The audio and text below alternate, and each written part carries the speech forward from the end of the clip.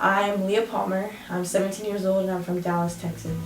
You know inside you're screaming that I can't change. All it takes is a spark to start a fire, heart to start a riot, heart.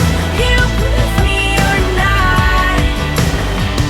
All it takes is the blink of an eye. Think you can try. When I was growing up, we went to a church. We had to wear skirts and long shirts. We couldn't listen to any secular music, only classical and hymns. If you were caught in the same room as a boy without an adult, you got in trouble, or you were called a sinner and that you were going to hell. If you touched a boy, if you were a boy and you touched a girl, like even on the hand, the arm, like you got a punishment.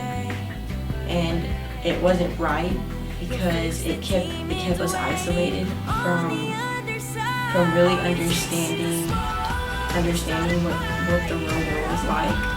So when I got back to Texas and I started wearing pants and started being able to really go do things, like go to a mall or go to a regular school, like it was very difficult because I was so used to being in my little bubble.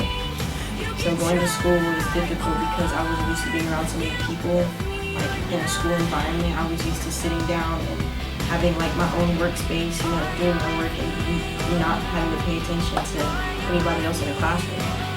So it was very difficult, the transition between going from being that religious to being the normal. When we moved back to Texas, whenever I was 12, I started taking piano lessons, but the piano teacher was moving at a slow pace, and I didn't like that. So I started teaching myself, plus some of my family members played, so they taught me a lot. And then we started going to a church about the age of 14, and I started playing the drums. And every Sunday after church, I would go and I would practice. And it was very hard because the music I used to listen to, we could only listen to classical music and hymns. No secular music, so nothing with a beat. So it was very hard to keep like a tempo. But as far as strings and guitar and things like that go, it was very easy to play.